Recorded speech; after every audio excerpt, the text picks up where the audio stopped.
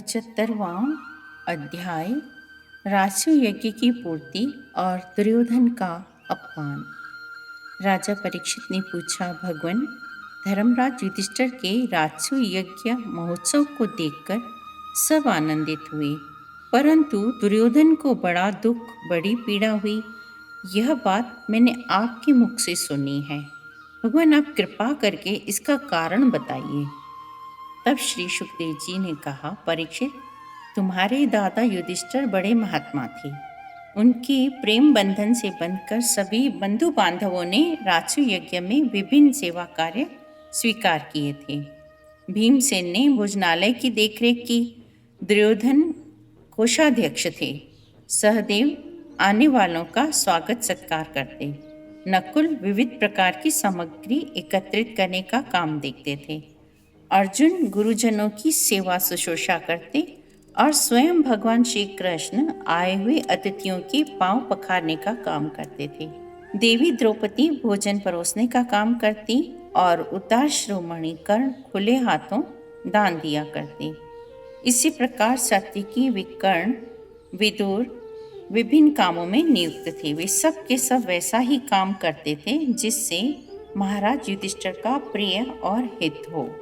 एक दिन की बात है, भगवान के परम प्रेमी महाराज युधिष्ठिर के अंतःपुर की सौंदर्य संपत्ति और राजस्व यज्ञ द्वारा प्राप्त महत्व को देखकर दुर्योधन मन ही मन डाह से जलने लगा। राजा धीराज महाराज युधिष्ठिर अपने भाइयों, संबंधियों एवं अपने नैनों के तारे परम हितैषी भगवान श्री कृष्ण के साथ सभा में स्वर्ण सिंहासन पर देवराज इंद्र के समान विराजमान थे। उसी समय अभिमानी दुर्योधन अपने दुशासन आदि भाइयों के साथ वहां आया। उस सभा में मय दानव ने ऐसी माया फैला रखी थी कि दुर्योधन उससे मोहित हो गया। स्थल को जल समझकर अपने वस्त्र समेट लेता और जल को स्थल समझकर वो उसमें गिर पड़ा। उसको गिरते देखकर भीमसेन, राजरानियां तथा दूसरे राजा हंसने लगे। यद्यपि युधिष्ठिर उन्हें ऐसा करने से रोक रहे थे, परंतु प्यारे परीक्षित, उन्हें इशारे से श्री कृष्ण का अनुमोदन प्राप्त हो चुका था। इससे दुर्योधन का रोम रोम क्रोध से जलने लगा।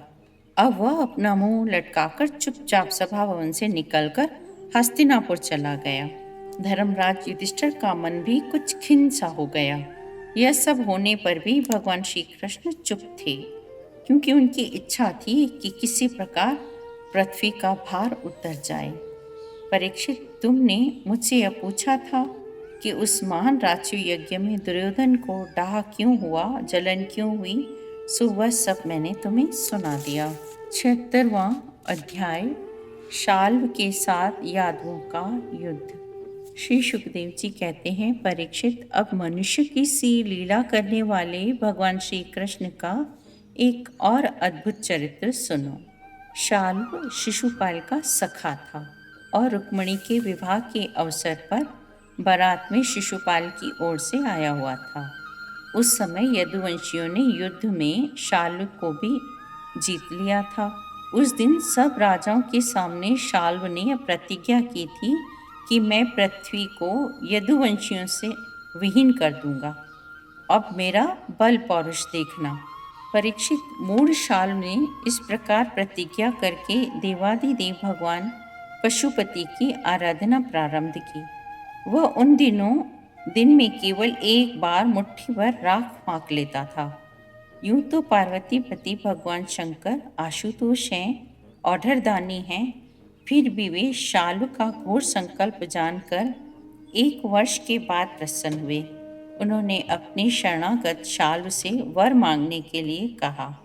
उस समय शाल्व ने यह वर मांगा कि मुझे आप एक ऐसा विमान दीजिए जो देवता, असुर, मनुष्य, गंधर्व, नाग और राक्षसों से तोड़ा न जा सके और जहाँ इच्छा हो वहीं चला जाए और यदुवंशियों के लिए अत्यंत भयंकर हो। भगवान शंकर ने कहा, तथास्तु।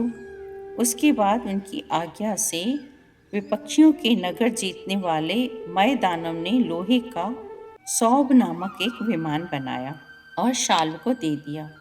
वह विमान क्या था? एक नगर ही था। वह इतना अंधकारमय था कि उसे देखना या पकड़ना अत्यंत कठिन था। चलाने वाला उसे जहाँ ले जाना चाहता वहीं वह उसकी इच्छा करते ही चला जाता। शाल्व ने वह विमान प्राप्त करके द्वारिका पर चढ़ाई कर दी। परीक्षित, प्राचीन काल में जैसे त्रिपुरासुर ने सारी पृथ्वी को पीड़ित कर रखा था, वैसे ही शाल्व के विमान ने द्वारिकापुरी को अत्यंत पीड़ित कर दिया। परम यशस्वी वीर प्रद्युम्न ने देखा कि हमारी प्रजा को बड़ा कष्ट हो रहा है।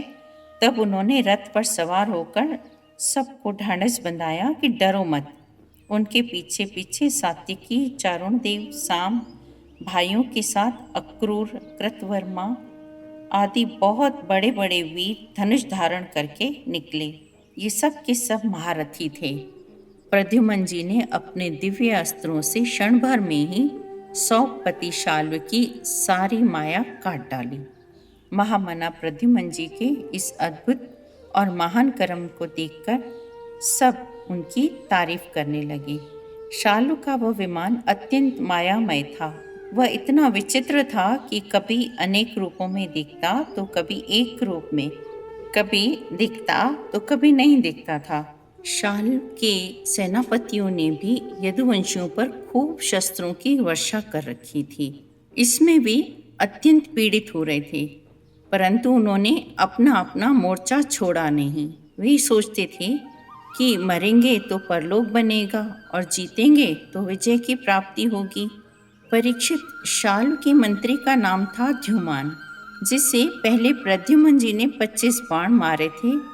वह बहुत बली था। उसने झपट कर प्रद्युम्न जी पर अपनी फौलादी गदा से बड़े जोर से प्रहार किया। गदा की चोट से शत्रुदमन प्रद्युम्न जी का वक्षस्थल फट गया। दारुक का पुत्र उनका रथ हाँक रहा था। वह सारथी धर्म के अनुसार उन्हें रणभूमि से हटा ले गया। 2 घड़ी में प्रद्युम्न जी की मूर्छा टूटी तो उन्होंने उन पर क्रोध करना शुरू किया। सचमुच सूत, तू कायर है, नपुंसक है। अब मैं अपने ताऊ बलराम जी और पिता श्री कृष्ण के सामने जाकर क्या कहूँगा? अवश्य ही तुमने मुझे रणभूमि से भगाकर अक्षम्य अपराध किया है। तब सारथी ने कहा, आयुष्मान, मैंने जो कुछ किया है सारथी धर्म समझकर किया है। मेरे समर्थ स्वामी, युद्ध का ऐसा धर्म है कि संकट पड़ने पर सारथी रथी की रक्षा कर ले। मैंने इस धर्म को समझते हुए आपको रणभूमि से हटाया है। आप मूर्छित हो गए थे, बड़े संकट में थे, इसी से मुझे ऐसा करना पड़ा। 17वां अध्याय, शाल्व उद्धार। श्री सुखदेव जी कहते हैं, परीक्षित, इस प्रकार यदुवंशी और शाल्व के सैनिक एक दूसरे पर प्रहार करते रहे। बड़ा ही घमासान और भयंकर युद्ध हुआ और वह लगातार 27 दिनों तक चला। इन दिनों भगवान श्री कृष्ण धर्मराज युधिष्ठिर के बुलाने से इंद्रप्रस्थ गए हुए थे। वहाँ उन्हें आभास हो रहा था कि अब शिशुपाल के पक्षपाती क्षत्रिय अवश्य ही द्वारिका पर आक्रमण कर रहे होंगे। भगवान श्री कृष्ण ने द्वारिका में पहुंचकर देखा कि सचमुच यादवों पर बड़ी विपत्ति आई हुई है। तब उन्होंने बलराम जी को नगर की रक्षा के लिए नियुक्त कर दिया और शाल्व को देखकर अपने सारथी दारुक से कहा, दारुक, तुम शीघ्र से शीघ्र मेरा रथ शाल्व के पास ले चलो। देखो, यह शाल्व बड़ा मायावी है, तो तुम भी तनिक भी भय मत करना। शाल्व की सेना के लोगों ने युद्ध भूमि में प्रवेश करते ही भगवान को पहचान लिया। तब शाल्व ने गरज कर भगवान श्री कृष्ण से कहा, तूने हम लोगों को देखते देखते हमारे ममेरे भाई और सखा शिशुपाल की पत्नी को हर लिया तथा भरी सभा में तूने उसे मार डाला। आज तुझे मैं अपने तीखे बाणों से वहाँ पहुँचा दूंगा जहाँ से फिर कोई लौट कर नहीं आता। तब भगवान श्री कृष्ण ने कहा, अरे मंद, बेकार ही बहक क्यों रहा है? तुझे पता नहीं है कि तेरे सिर पर मौत सवार है?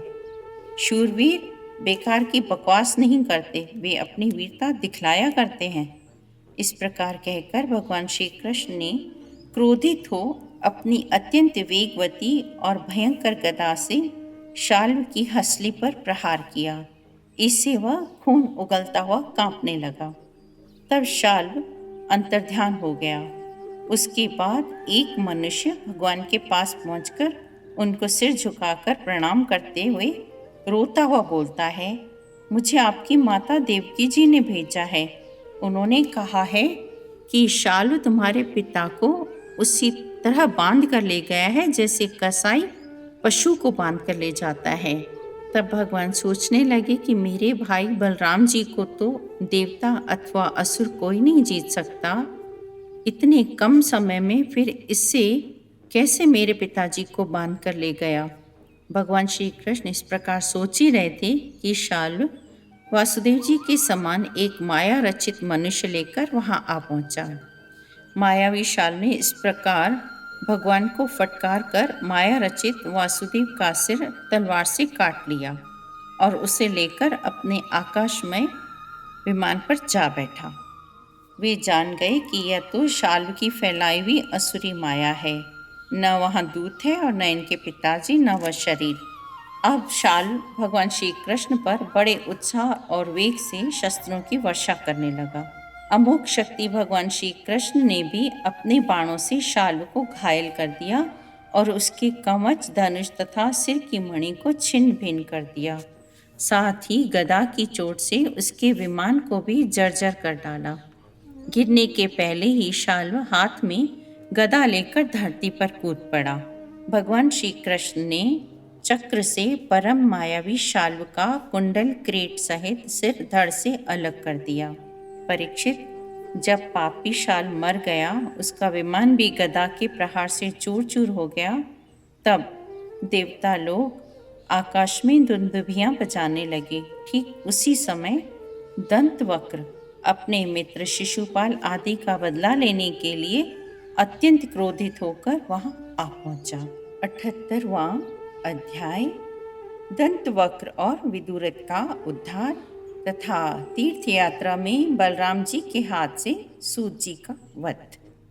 श्री सुखदेव जी कहते हैं, परीक्षित, शिशुपाल मित्रता का ऋण चुकाने के लिए मूर्ख दंतवक्र अकेला ही पैदल युद्ध भूमि में आ धमका। वह क्रोध के मारे आग बबूला हो रहा था। शस्त्र के नाम पर उसके हाथ में एकमात्र गदा थी। परीक्षित, भगवान श्री कृष्ण ने जब उसे इस प्रकार आते देखा, तब झटपट हाथ में गदा लेकर वे रथ से कूद पड़े। दंतवक्र ने गदा तानकर भगवान श्री कृष्ण से कहा, बड़े सौभाग्य और आनंद की बात है कि आज तुम मेरी आंखों के सामने पड़ गए। कृष्ण, तुम मेरे मामा के लड़के हो, इसलिए तुम्हें मारना तो नहीं चाहिए, परंतु एक तो तुमने मेरे मित्रों को मार डाला है और दूसरे मुझे भी मारना चाहते हो, इसलिए मतिमंद, आज मैं तुम्हें अपनी वज्र कर्कश गदा से चूर चूर कर डालूंगा। मैं अपने मित्रों से बड़ा प्रेम करता हूँ, उनका मुझ पर ऋण है। अब तुम्हें मारकर ही मैं उनके ऋण से उऋण हो सकता हूँ। फिर वह भगवान के सिर पर बड़े वेग से गदा मारकर गरज उठा। भगवान श्री कृष्ण ने गदा संभालकर दंतवक्र के वक्ष स्थल पर प्रहार किया और उसी समय उसके मुंह से खून निकलने लगा। निष्प्राण होकर वह धरती पर गिर पड़ा। परीक्षित, जैसा कि शिशुपाल की मृत्यु के समय हुआ था, सब प्राणियों के सामने ही सामने दंतवक्र के मृत शरीर से एक अत्यंत सूक्ष्म ज्योति निकली और वह बड़ी विचित्र रीति से भगवान श्री कृष्ण में समा गई।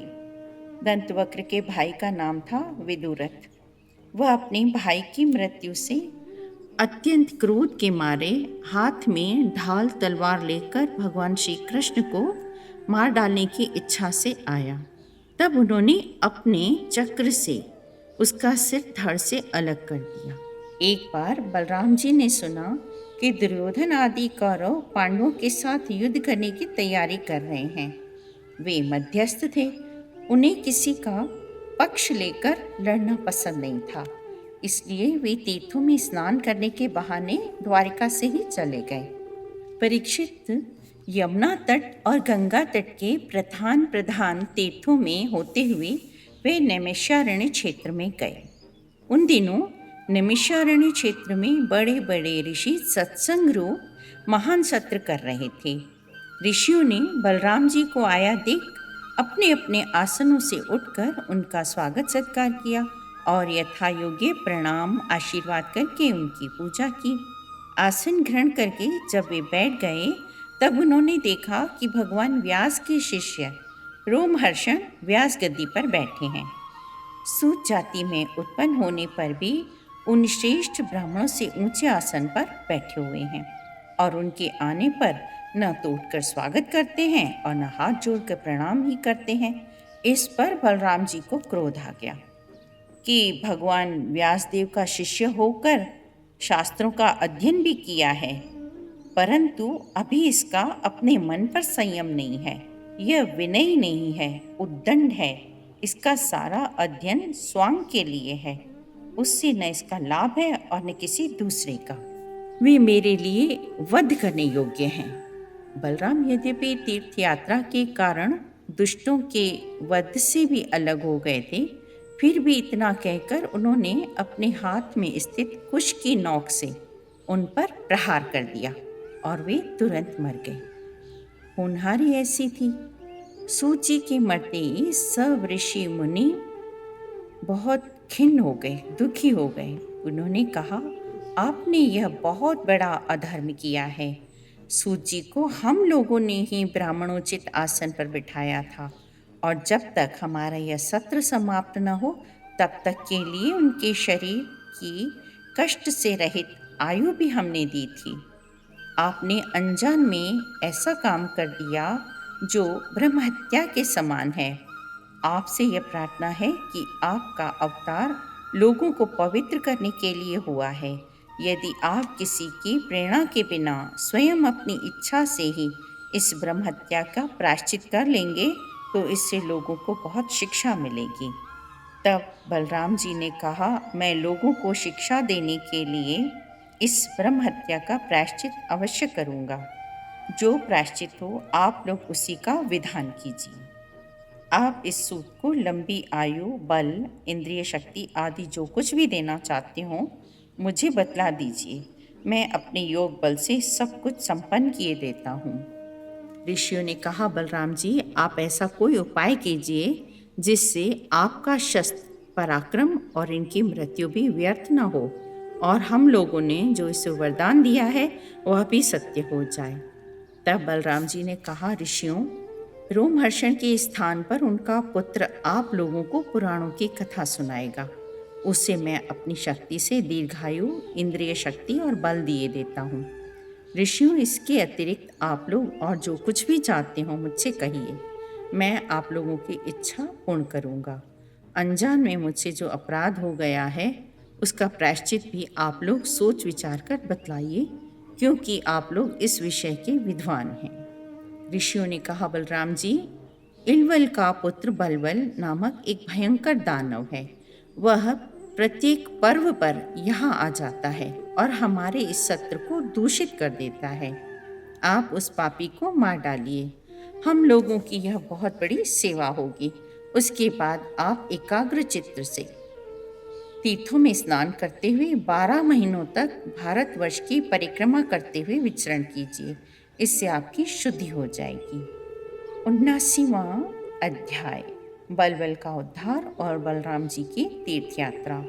श्री सुखदेव जी कहते हैं, परीक्षित, एक दिन भयंकर अंधड़ चलने लगा। धूल की वर्षा होने लगी और चारों ओर से दुर्गंध आने लगी। तदंतर हाथ में त्रिशूल लिए वह एक दानव दिखाई पड़ा। वहाँ एक दानव दिखाई पड़ा जो बलवल ही था। बलराम जी ने मूसल और हल का स्मरण किया। बलराम जी ने आकाश में विचरने वाले बलवल दैत्य को अपने हल के अगले भाग से खींचकर उसके सिर पर बड़े क्रोध से एक मूसल कसकर जमाया।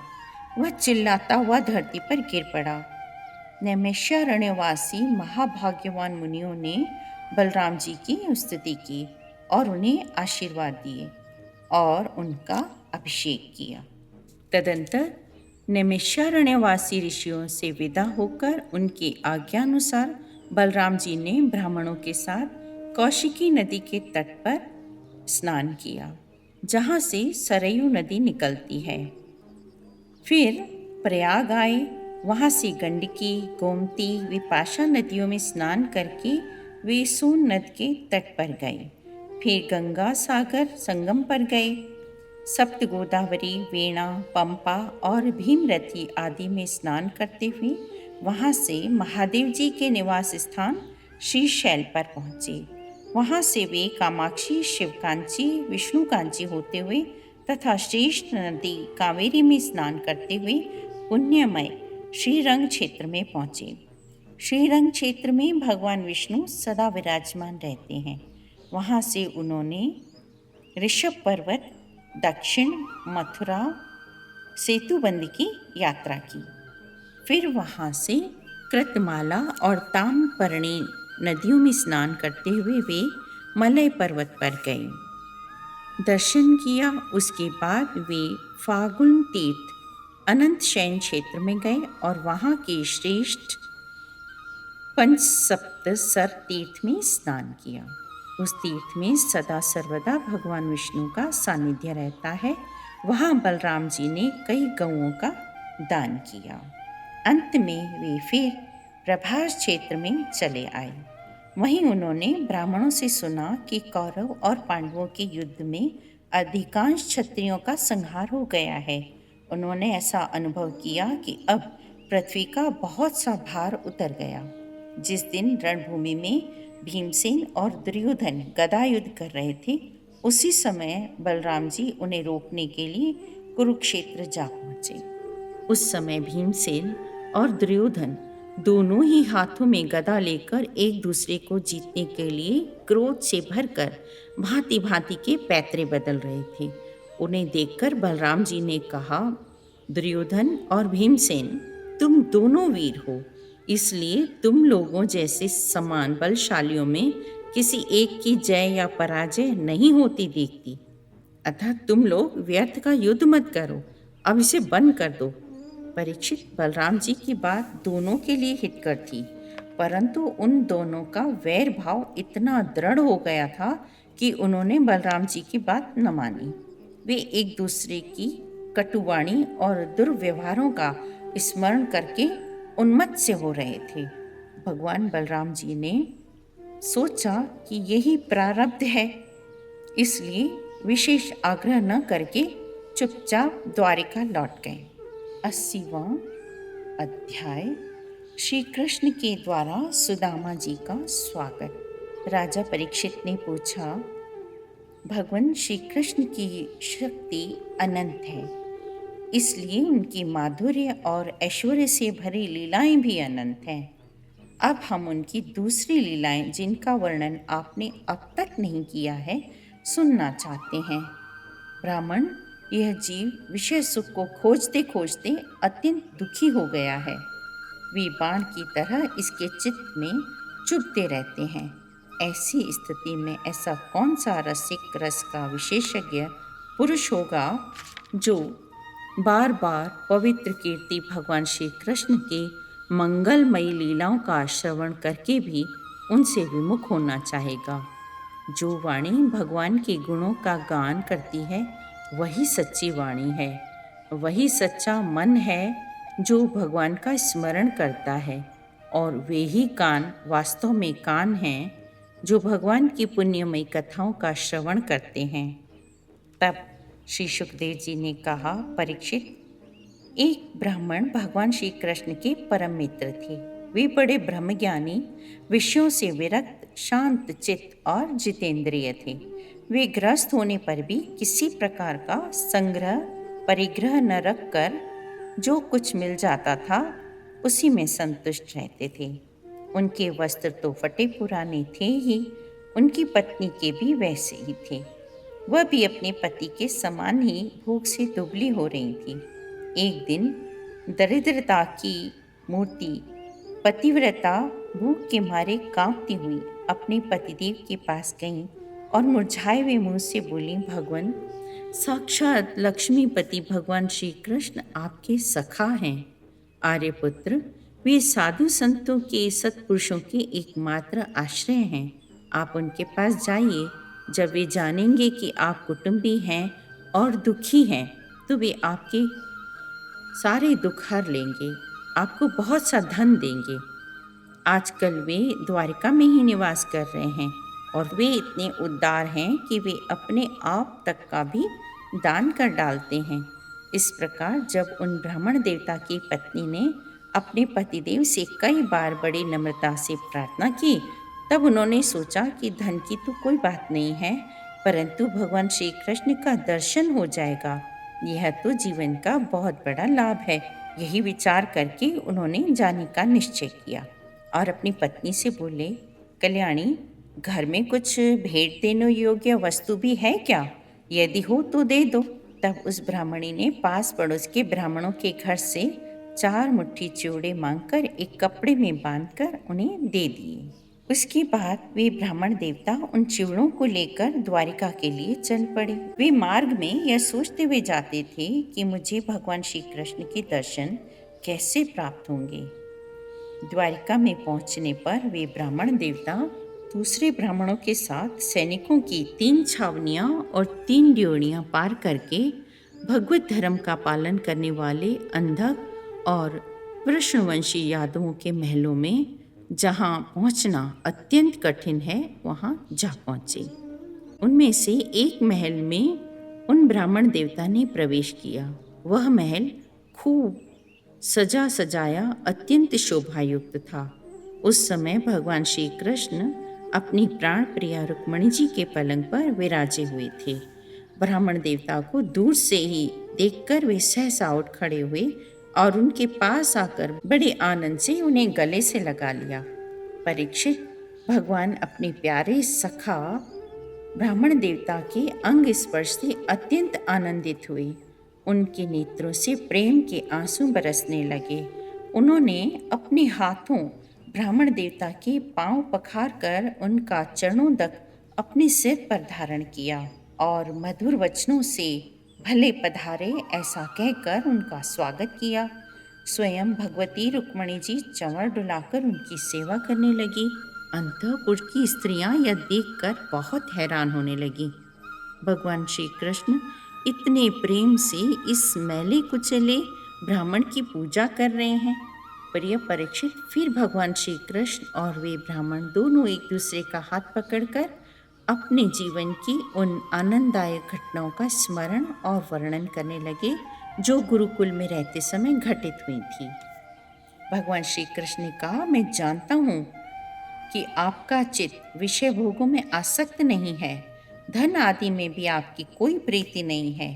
हे ब्राह्मण श्रोमणे, क्या आपको उस समय की याद है जब हम दोनों एक साथ गुरुकुल में निवास करते थे? जब हम दोनों को एक दिन हमारी गुरु पत्नी ने ईंधन लाने के लिए जंगल में भेजा था। बड़ा भयंकर आंधी पानी आ गया था। चारों ओर अंधेरा ही अंधेरा फैल गया था। धरती पर पानी ही पानी हो गया था। कहाँ गड्ढा है, कहाँ किनारा है, पता ही नहीं चलता था। जब हमारे गुरुदेव सांदीपनि मुनि को इस बात का पता चला, तब वे सूर्योदय होने पर अपने शिष्य यानी हम लोगों को ढूंढते हुए जंगल में पहुंचे और उन्होंने देखा कि हम अत्यंत व्याकुल हो रहे हैं। तब वे कहने लगे, आश्चर्य है पुत्रों, तुम लोगों ने हमारे लिए इतना कष्ट उठाया। गुरु के ऋण से मुक्त होने के लिए सख्त शिष्यों का इतना ही कर्तव्य है। मैं तुम लोगों से अत्यंत प्रसन्न हूँ। तुम्हारे सारे मनोरथ, सारी अभिलाषाएं पूर्ण हो। तुम लोगों ने जो कुछ भी मेरे से वेदाध्ययन किया है वह तुम्हें सदा सर्वदा याद रहेगा और तुम्हारा लोक और परलोक सफल होगा।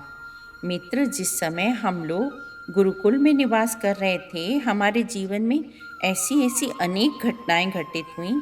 इसमें संदेह नहीं है कि गुरुदेव की कृपा से ही मनुष्य शांति का अधिकारी होता है। तब वे ब्राह्मण देवता मुस्कुराकर बोले, हे देवताओं के आराध्य देव जगत गुरु श्री कृष्ण, अब हम क्या कहें, आपके साथ रहने का सौभाग्य प्राप्त हुआ था। प्रभु, छंदोमय वेद, धर्म, अर्थ, काम, मोक्ष, चतुर्विध पुरुषार्थ के मूल स्रोत आप हैं और वे आपके शरीर हैं। वही आप वेदाध्ययन के लिए गुरुकुल में निवास करें, वह मनुष्य लीला का अभिनय नहीं तो और क्या है। ओम नमो भगवते वासुदेवाय।